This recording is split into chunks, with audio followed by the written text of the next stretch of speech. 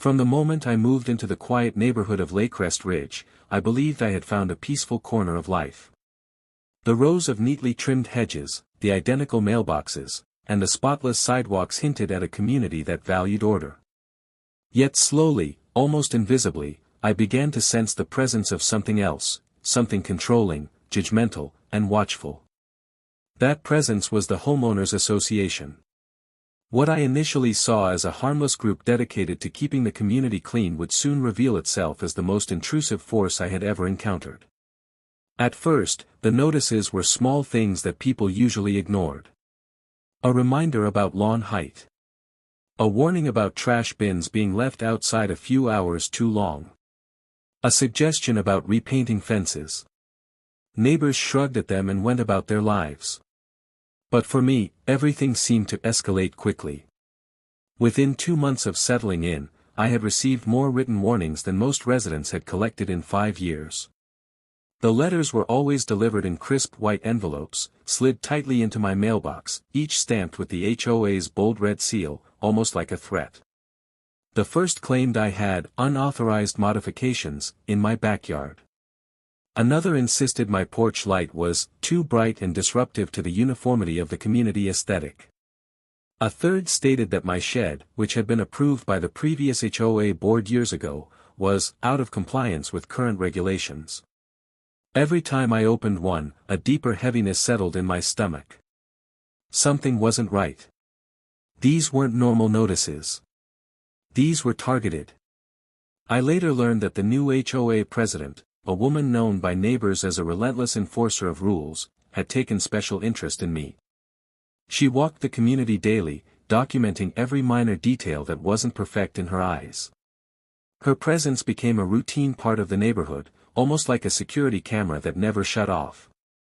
I noticed her pausing by my property almost every day, clipboard in hand, scribbling something before moving on. It felt less like an HOA inspection and more like someone building a file against me. Despite the tension, I stayed calm.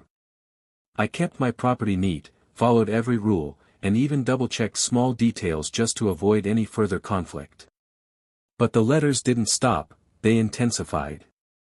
Soon, the HOA accused me of having unapproved outdoor equipment, excess moisture leaks, and even visual obstruction due to misplaced landscaping. I walked around my yard multiple times, confused. Nothing was out of place. Nothing had changed since I moved in. Yet the HOA insisted I was a problem. The final straw came one late afternoon when I found a certified letter taped to my door. This wasn't a simple warning. It was a formal notice proposing a vote for my removal from the community for repeat violations, disregard for community guidelines, and potential threat to neighborhood harmony. My hands shook as I read the words. Eviction over imaginary violations. The HOA wasn't just trying to intimidate me, they were actively pushing me out. But fear wasn't what I felt next. It was clarity. For weeks, I had quietly collected every letter, every photograph of my spotless yard, every time-stamped video showing that the so-called violations never happened. I had also dug deeper into the HOA's operations, uncovering meetings they failed to announce, budgets that were incomplete, and guidelines they updated without notifying residents. And most importantly, I found something the HOA president had been pretending didn't exist, an older rulebook that carried more legal authority than the updated one they were waving around. That rulebook, approved by the county years prior, required transparency for complaints, documented inspections, recorded votes, and homeowner consent before enforcement actions. And the HOA had violated nearly all of it in their rush to target me.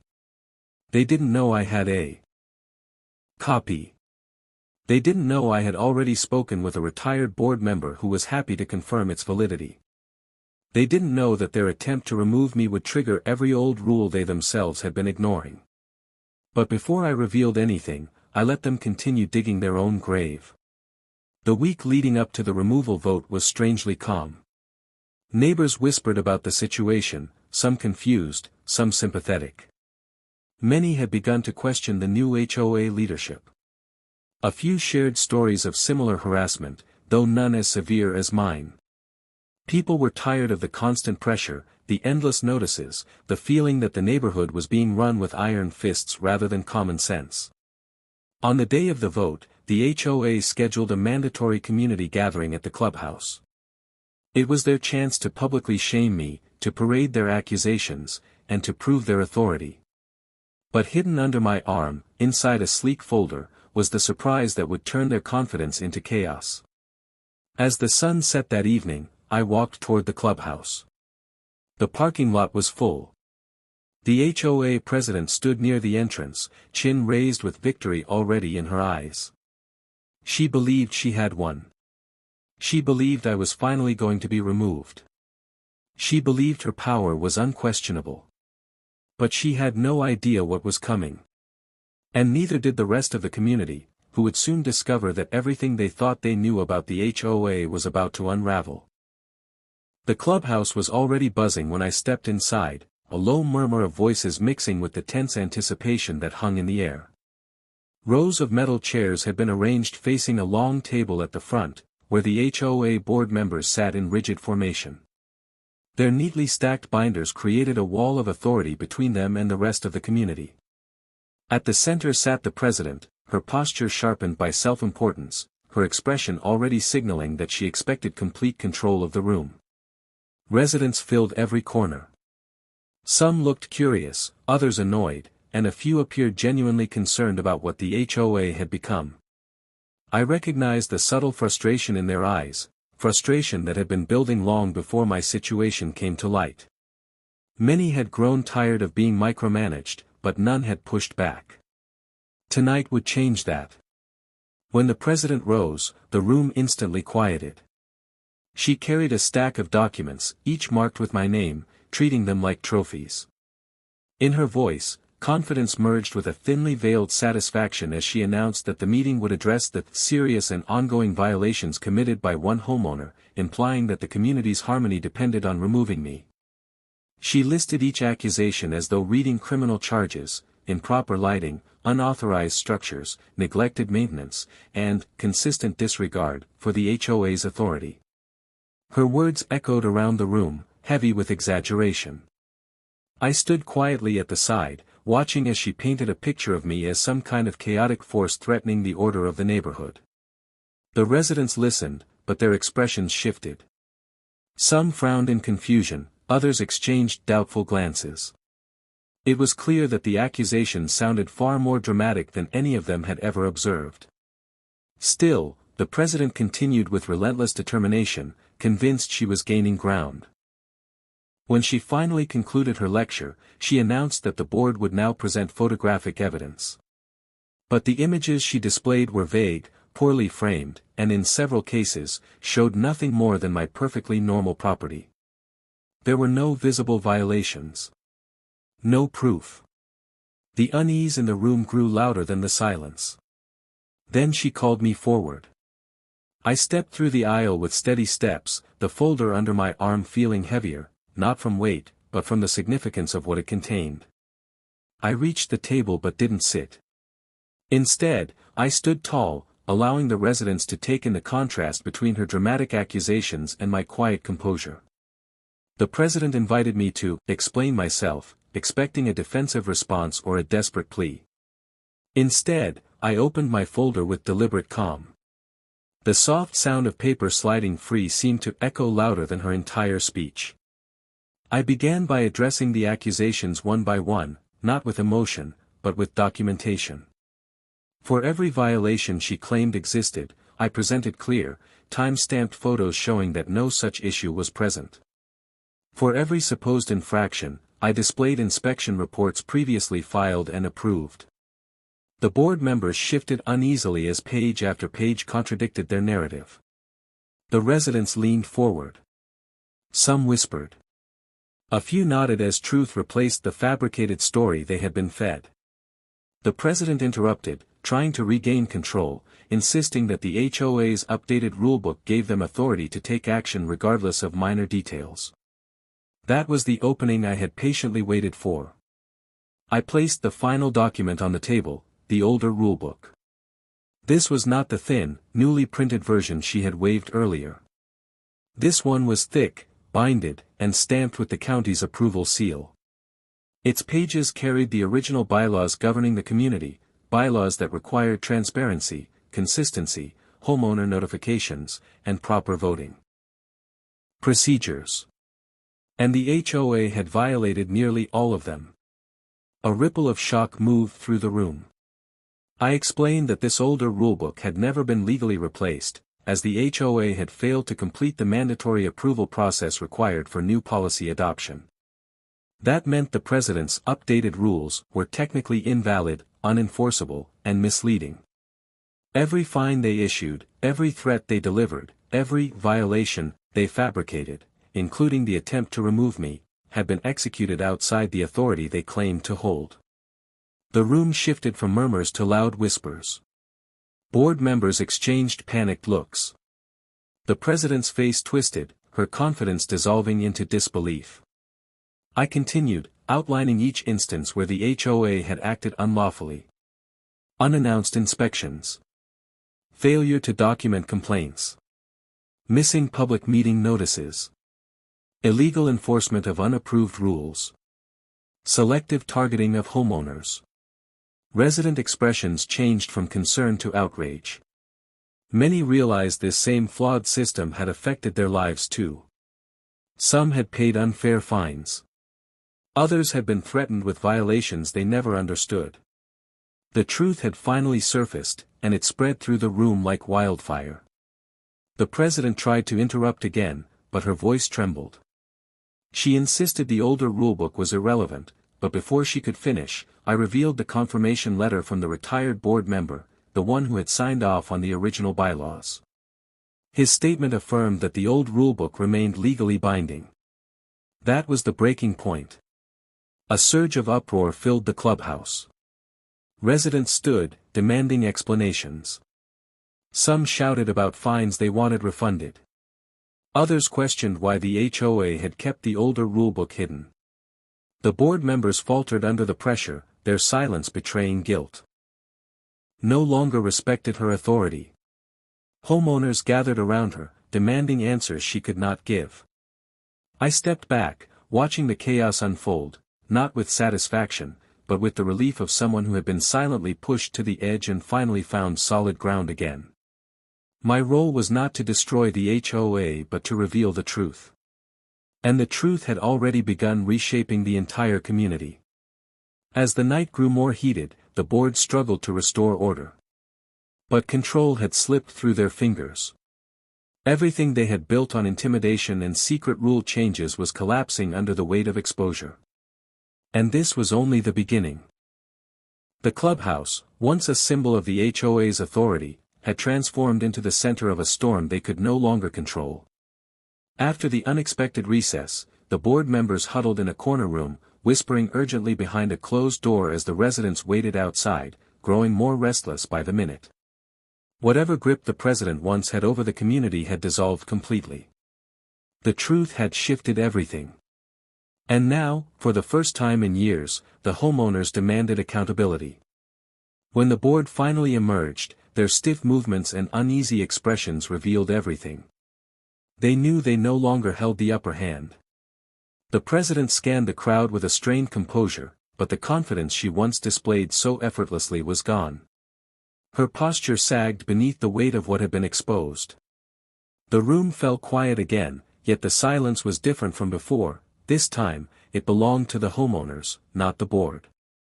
The president attempted to begin the meeting with the same authority as earlier, but her voice trembled as she addressed the room.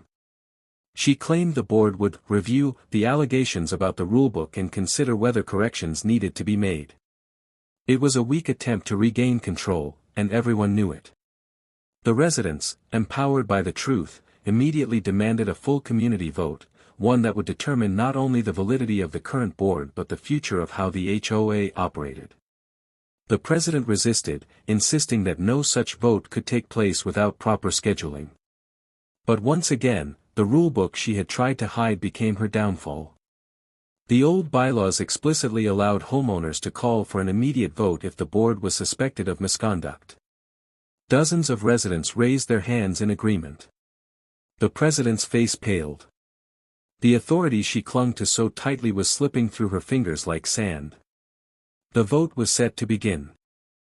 The board members sat stiffly as homeowners lined up to cast their ballots.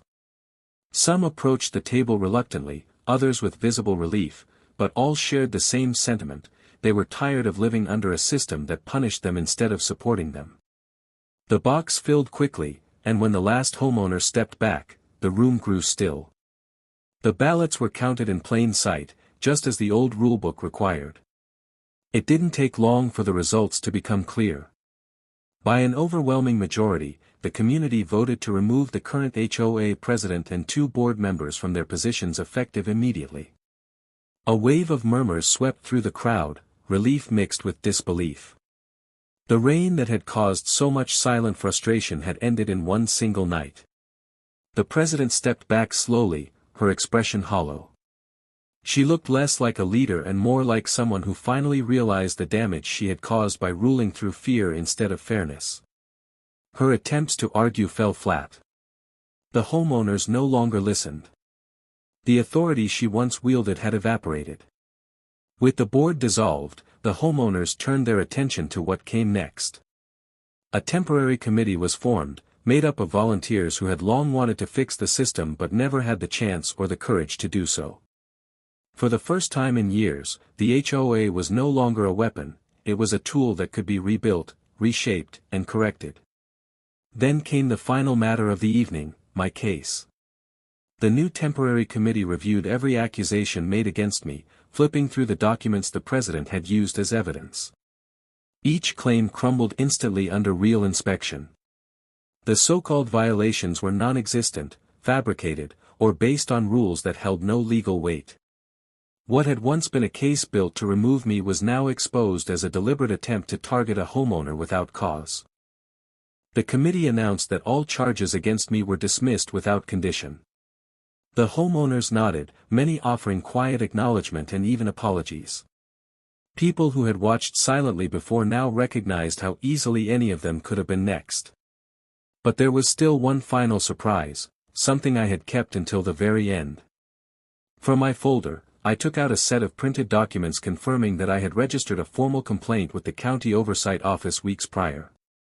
I had provided them with evidence of the HOA's improper enforcement methods and failure to follow required procedures.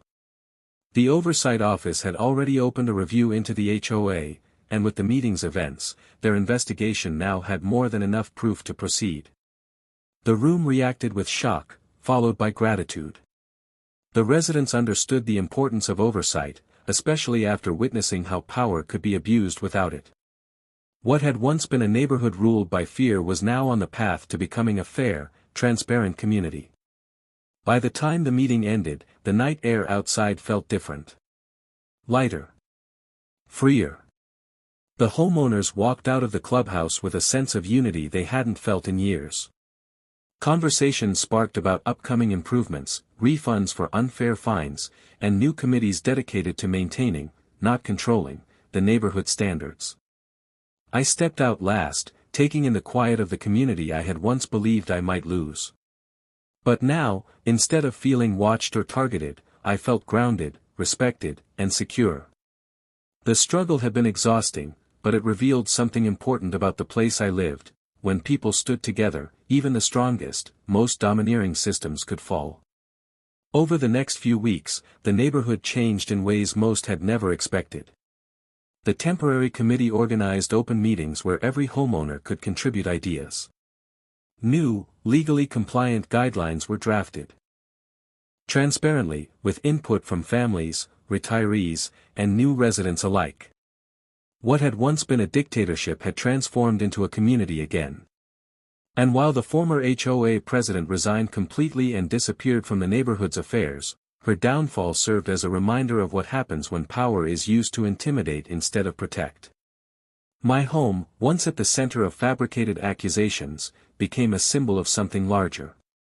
A reminder that knowledge was power, that fairness mattered, and that even one person standing up could change the direction of an entire neighborhood.